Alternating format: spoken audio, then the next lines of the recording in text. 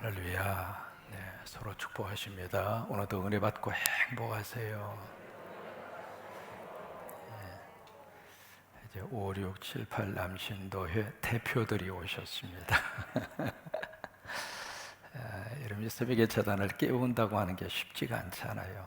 오늘도 하나님이 우리를 깨워주시고 성령님이 우리를 이곳으로 인도하시고, 여러분, 예배 순간순간마다 성령의 은혜가 있습니다. 내가 예배를 드려야지, 그래서 드리는 자리가 절대로 아니더라고요. 또 내가 예배를 좀 소리 좀 조절 좀 하세요.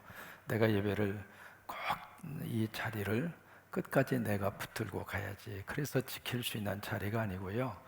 성령님이 좀 누가 좀 조절 좀 하세요. 성령님이 우리의 건강도 지켜주셔야 되고, 성령님이 우리를 붙들어 주셔야 되고, 그래야 이 자리를 지켜갈 수 있는 자리인데, 하나님이 그렇게 우리 5, 6, 7, 8 남신도 회원들을 쓰시기를 바라고, 그렇게 축복하시기를 바라고, 그렇게 하나님이 함께 하시기를 주의 이름으로 축원합니다. 우리 지난주에 우리 70주년 우리 귀한 행사를 은혜 가운데 잘 진행을 해서 너무 감사하고, 사실 이제 위원장님과 위원들이 하나가 돼서 거의 한 6개월, 7개월 정도 혼신의 힘을 다해서 준비를 해서 우리 지난주에 행사가 그렇게 진행이 됐습니다. 이제 그 중에 우리 홈커밍 데이를 했잖아요. 첫째는 그렇게 많은 분들이 오셨다고 하는 것이 너무 감사했어요.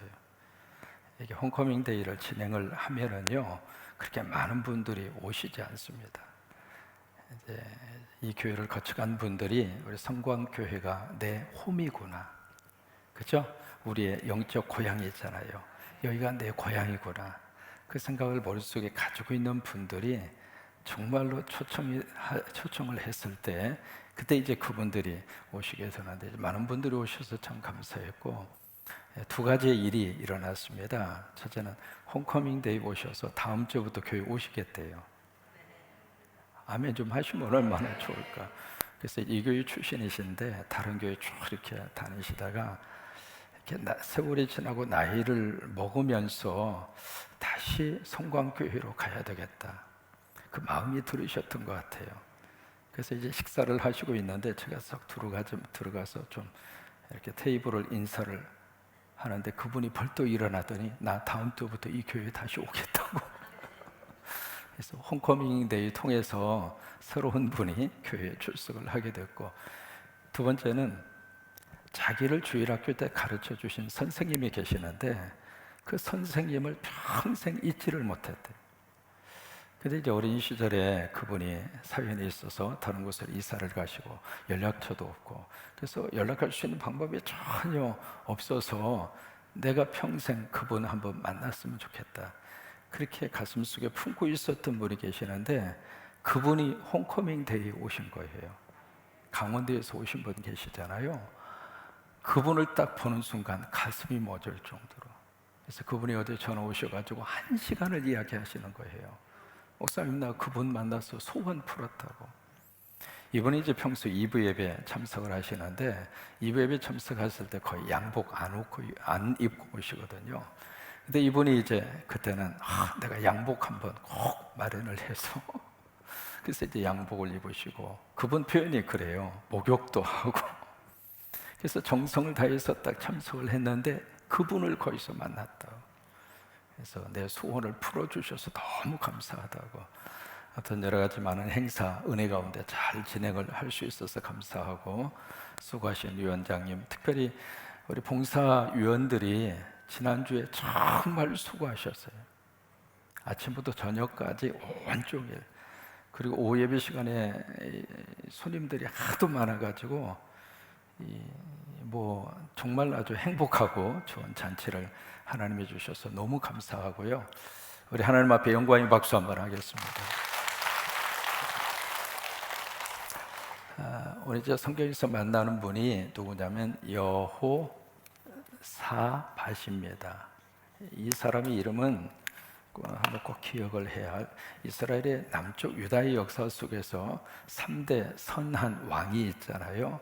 첫째가 히스기야 왕, 두 번째가 요시야, 세 번째가 여호사밧입니다. 기억하는 의미에서 한번 해보시죠. 히스기야, 요시야, 여호사밧.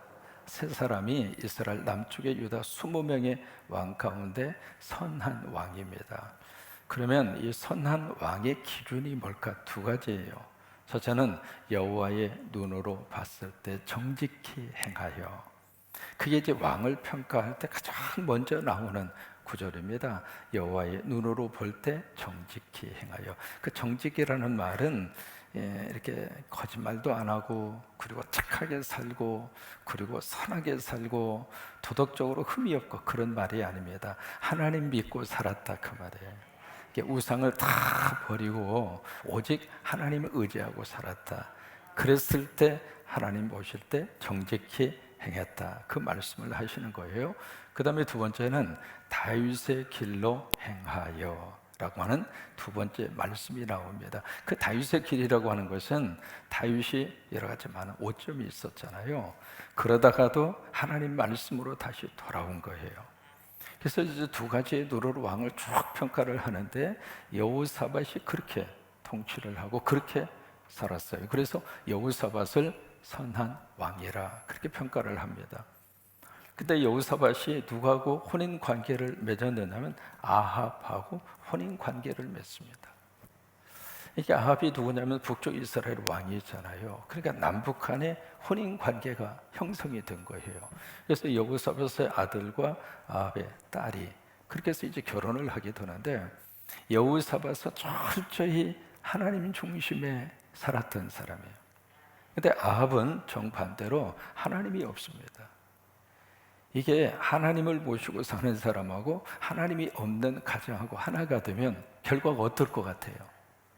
이게 완전히 뒤죽박죽이 되는 거예요.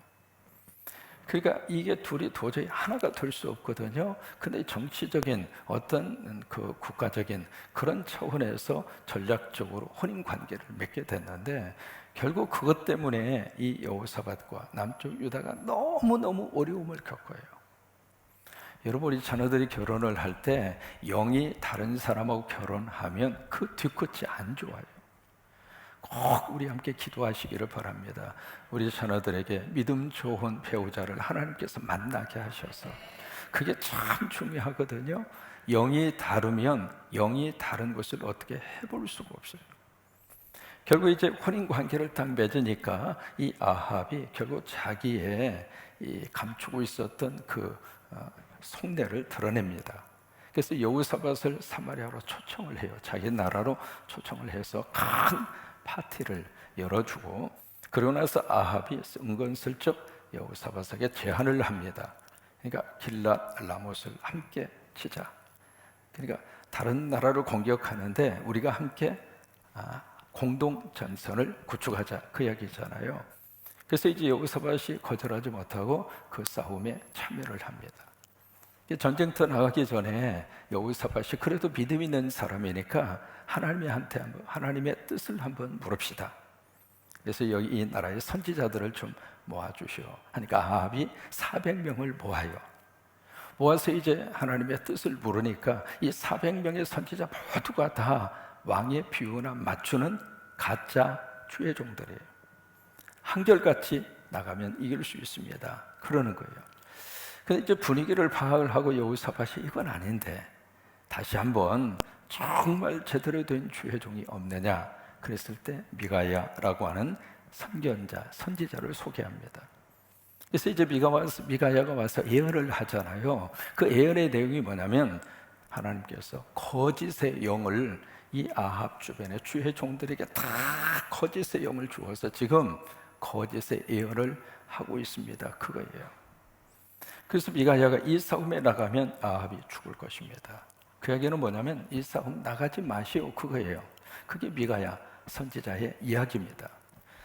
여러분, 같은 말씀이지만은 같은 설교지만 이 설교가 하나님으로부터 온 설교인지 아니면 자기의 생각에서 온 설교인지를 분별할 수 있어요. 이 말세는요 주의 종도 우리 참 좋은 성도들을 만나서 목회하는 것이 행복이고요. 하나님으로부터 기도를 받고 하나님으로부터 뜻을 구하고 이게 주님의 뜻입니다. 목회에 어떤 계획을 이야기하고 그랬을 때 그 주의 종과 더불어서 성도들이 하나가 돼서 저는 우리 성광교회가 그런 교회여서 너무 감사해요. 같이 우리 선교합시다. 우리 성도님도 그래야죠. 하나님이 그 일을 기뻐하십니다. 그래서 같이 선교하고 여러분 이것이 하나님이 기뻐하는 모습이잖아요. 그러니까 성도들도 말세에 진실한 주의 종을 만나서 신앙생활하는 것이 행복이에요. 저도 이제 그럴 수 있도록 더 기도하고 더 무릎 꿇고 그렇게 해야 되겠죠. 근데 바로 여기에서 잘못된 선지자들의 말을 듣고 이 싸움에 참여를 합니다. 딱 가서 싸움에 참여를 했는데 아합이 결국 저기선 화살에 맞아서 죽어요. 그러고 나서 오늘 1절 말씀이 진행이 됩니다. 1절을 보시면 같이 한번 읽습니다. 유다왕 여호사밧이 평안하니 예루살렘에 돌아와서 그의 궁으로 들어가니라. 지금 여호사밧이 겨우 살아서 왔어요. 살아서 온 사람이 지금 평안히 예루살렘에 돌아왔다. 안 맞아요. 앞뒤가. 이 단어 자체가 지금 이 상황하고는 전혀 어울리지가 않습니다. 지금 평안히 돌아온 게 아니거든요. 죽다가 살았어요. 그러니까 죽다가 지금 자기 목숨 하나 부지하고 그리고 북쪽에 자기의 사돈 관계인 아합은 전쟁터에서 죽고 그러니까 평안히 돌아온 그런 발걸음이 아니거든요. 근데 우리 성경은 이 여호사밧이 평안히 예루살렘 궁으로 돌아왔다. 그렇게 이야기를 그렇게 글을 쓰고 있는 거예요. 여기 평안이라고 하는 것은 아무 일이 없이 돌아왔다 그 말이 아닙니다. 미가야 선지자의 말씀대로 됐다 그 말이에요. 왜냐하면 미가야 선지자가 이 아합은 죽지만 당신은 죽지 않을 것이요. 그렇게 예언을 했거든요. 그러니까 그 예언의 말대로 여호사밧이 돌아왔다 그거예요. 하나님의 말씀대로 됩니다. 하나님이 우리에게 주신 말씀대로 되어지는 거예요. 그러니까 우리가 성경을 가슴으로 걸어안고 이것은 하나님의 말씀입니다. 이 말씀은 누구에게 주신? 내게 주신. 그러니까 이 말씀이 결국에 가서는 내 삶을 이끌어주는 가장 중요한 핵심 내비게이션이라 그 말이에요. 여러분 이 새벽에도 마찬가지입니다. 새벽에 내가 너희를 도우리라. 말씀대로 새벽에 하나님이 우리를 도와주세요. 기도를 도와주시고 우리 미래를 도와주시고 우리 가정을 도와주시고 자녀를 도와주시고 평생 목회하면서 이 새벽의 영성의 자리가 하나님의 큰 은혜가 있음을 저는 뼈저리게 느꼈어요. 지금도 마찬가지입니다. 새벽을 깨우면 하나님이 그 교회를 붙들어 세우십니다. 전주에서 목회하다가 이번에 원주로 청빙을 받아서 가는 후배가 전화가 왔어요. 목사님 원주에 가서 새로 목회를 시작을 하는데 어떻게 했으면 좋겠어요. 그래서 새벽부터 해라. 성도들을 새벽의 시간에 만나고 새벽을 가장 중요한 새벽에다가 목숨을 걸어라. 그러면 하나님이 그 목회의 현장을 축복하실 것이다. 제가 그렇거든요. 그랬더니 이 후배가 이 목사님이 알았습니다. 그러더니 어제 새벽부터 그 강단에 서서 말씀을 전하시더라고요. 여러분 지금 아무리 힘들다 할지라도 새벽을 깨우면 새벽 속에 성도들이 함께 참여하고 새벽에 예배하고 새벽에 하나님의 절에 나오고 여러분 그러면 이곳에 성령의 바람이 불어요. 여기에 성령의 불이 임합니다. 새벽에 내가 너희를 도우리라. 같이 한번 하시죠. 새벽에 하나님이 우리를 도와주십니다. 믿으시면 손 들고 아멘. 크게 아멘. 크게 아멘. 그래요. 그러니까 성경에서 역사하셨던 하나님이 지금도 똑같이 역사하시는 거예요. 새벽에 내가 너희를 도우리라. 다윗도 새벽에 도와주셨고 우리 한국 민족 속에 새벽에 영성을 주셔서 새벽에 기도하는 그 기도를 하나님이 들으셨고 그러니까 여기 여호사밧이 편안히 돌아올 수 있었던 것은 그의 어떤 운이 아닙니다. 말씀대로 되더라 그 말이에요. 그래서 2절에 보시면은 여기 한 선견자, 선지자죠. 주의 종이 등장합니다. 에우라고 하는 사람이에요. 이 사람은 하나니라고 하는 사람의 아들입니다. 하나니가 누구냐면 여호사밧의 아버지 아사, 그 아사 왕이 통치하던 시절에 선지자가 하나니입니다. 근데 그 아들이 지금 여호사밧의 선지자예요. 주의 종이에요. 그래서 이 에후가 전쟁을 마치고 돌아오는 여호사밧을 딱 만나서 뭐라고 딱 이야기하느냐면, 여러분 지금 전쟁터에서 겨우 목숨 건지고 돌아왔잖아요. 근데 그의 마음속에 이제 살았다, 그 생각이 들지 않겠어요? 그런 여호사밧을 향해서 이 에후가 뭐라고 이야기하느냐면, 2절의 중간 부분에 보시면 왕이 악한 자를 돕고, 악한 자가 누구냐면 아합이에요. 당신이 지금 악한 자를 도와주었다, 그거예요. 그 다음에 여호와를 미워하는 자들, 이들이 누구냐면 북쪽 이스라엘입니다. 이스라엘은 하나님을 미워했던 사람들이거든요. 그러니까 여호와를 미워하는 자들, 그들을 사랑하는 것이 옳습니까? 지금 막 책망하는 거예요. 그러니까 책망을 하면서 하는 말이, 그러므로 여호와께로부터 진노하심이 왕에게 이 말이다. 여러분, 이 말을 듣는 여호사밧의 어떤 기분을 우리가 한번 생각을 해봐요. 겨우 목숨 구하고 전쟁터에서 이제 자기 집으로 돌아왔는데, 돌아오자마자 하는 말이, 지금 당신이 한 이 행동, 하나님께서 책임을 물으실 것입니다. 하나님이 벌을 내리실 것입니다. 그 말을 들었을 때 여호사밧의 마음속에 어떤 마음이 들까? 우리가 한번 상상을 해볼 수 있잖아요. 근데 이 말을 하면서 이 에후가 그 책망만 한 것이 아니라 3절에 보시면 이 여호사밧이 했던 선한 일, 여호사밧이 했던 장점도 인정을 하고 격려를 합니다. 그게 3절입니다. 뭐라고 이야기하느냐면, 그렇지만 왕이 한 선한 일도 있습니다. 지금 당신이 너무 지금 엉뚱한 짓을 하고 하나님이 기뻐하지 않는 행동을 했는데, 그러나 왕에게 선한 일도 왕이 한 것이 있습니다. 그것이 바로 뭐냐면, 왕이 아세라 목상들을 이 땅에서 없애고 마음을 기울여서 하나님을 찾았던 그 일, 그것이 바로 17장에서 나오는 여호사밧의 종교 개혁입니다. 그것을 왕이 했습니다 하면서 한쪽으로 칭찬을 하고 한쪽에서는 책망을 하고 그러는 거예요. 그래서 이 말을 듣고 여러분 한번 이 여호사밧의 마음 입장에서 이 에후의 말을 들었을 때 얼마나 사실은 속에서 막 일어나잖아요. 그잖아요. 근데 그런 속에서 이 잘못을 지적을 받았을 때 여호사밧이 어떤 반응을 지금 보이고 있느냐, 그거예요. 일반적으로 잘못을 지적받으면 감정이 상합니다. 감정이 상하면 나도 욱하는 성격이 나올 수밖에 없어요. 거의 대부분 그런 반응을 보이거든요. 그런데 이 여호사밧은 잘못을 지적을 받았을 때 그 잘못을 지적받은 것을 그가 받아들입니다. 그래서 여호사밧이 선한 왕이 된 거예요.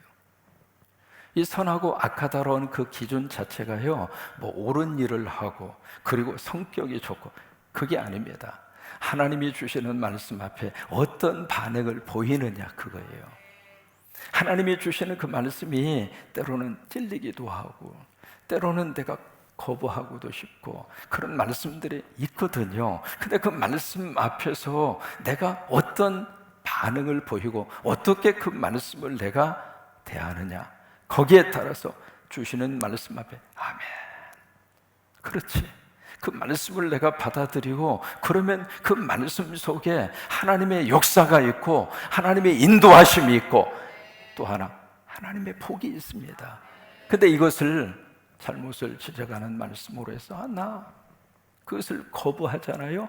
그러면 나중에 하나님의 복도 없어진다, 이 말이에요. 이 여호사밧은 그 감정 상하는 이 잘못된 지적을 받았음에도 불구하고 여호사밧은 그 말씀을 아멘합니다. 머리로 아멘하고 가슴으로 아멘하고 또 하나 행동으로 아멘합니다. 그러면서 4절에 여호사밧이 어떻게 했는가 4절을 같이 한번 읽습니다.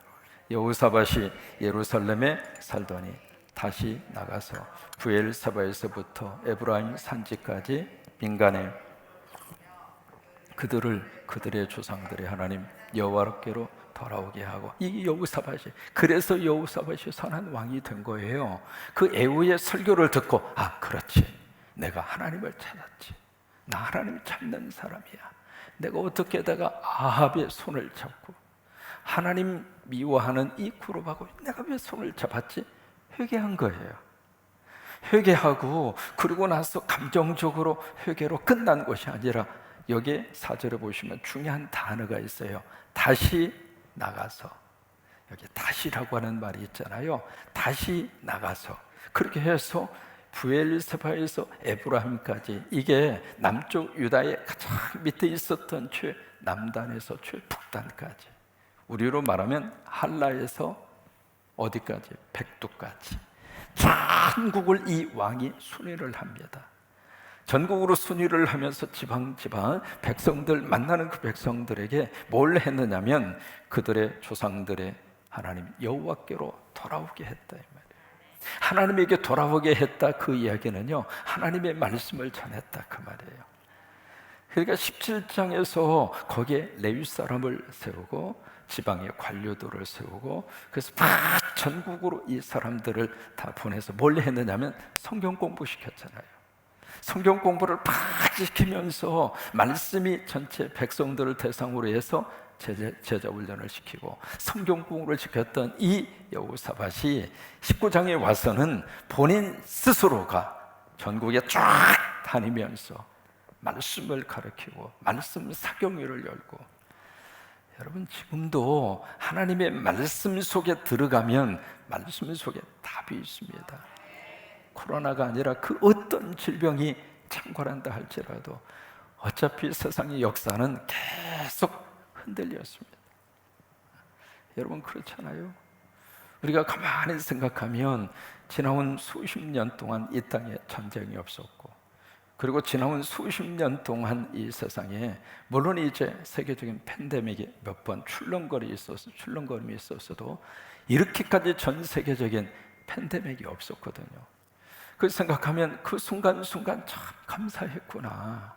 마음대로 선교 다닐 수 있었고, 마음대로 비행기 타고 다닐 수 있었고, 마스크 걱정, 마스크 쓰리라고 생각이나 했어요.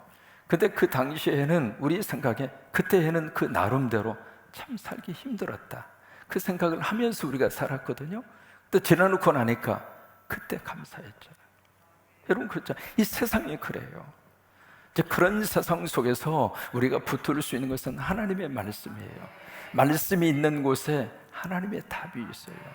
그러니까 여호사밧은 본인 스스로가 전국을 막 수리하면서, 그렇지, 이 나라가 다시 살 수 있는 길은 하나님의 말씀이다. 그래서 여호와께로 돌아와라, 하나님의 말씀으로 돌아오자. 그러면서 여호사밧이 그 일을 쭉 해요. 그 다음에 5절에서 11절까지는 다시 재판관들을 다 세우고 사법 개혁을 한 거죠. 그래서 사법 개혁을 통해서 정의와 어떤 공정의 그런 세상이 될 수 있도록 법 자체를 개혁을 시켰고, 또 하나 행정 개편을 시킵니다. 그래서 전적 국민들이 마음 편하게 그렇게 살 수 있도록 그런 일들을 여호사밧이 쭉 하고 있는 것이 11절까지 기록이 되어져 있는 그런 모습이에요. 우리가 70주년을 맞이해서 지나온 날들에 대해서 감사하고, 우리 성광교회가 다시 초심을 절대로 잊지 말고, 항상 문제는 매너리즘에 빠지는 거예요. 이 정도면 됐습니다. 안주하는 것이 사실은 빨간 신호등이 켜지는 순간이에요. 안주하지 말고, 저도 그러고 여러분도 그러고 더 초심의 마음으로 더 하나님 앞에 하나님이 기뻐하는 그 일을 열심으로 달려가서 우리 세대가 아니라 우리 다음 세대가 우리보다 더 하나님의 복을 많이 받도록 그런 역사가 우리 재단을 통해서 이루어지게 되기를 주의 이름으로 축원합니다. 여기에 4절에 나와져 있는 대로 다시라고 하는 단어, 그래요?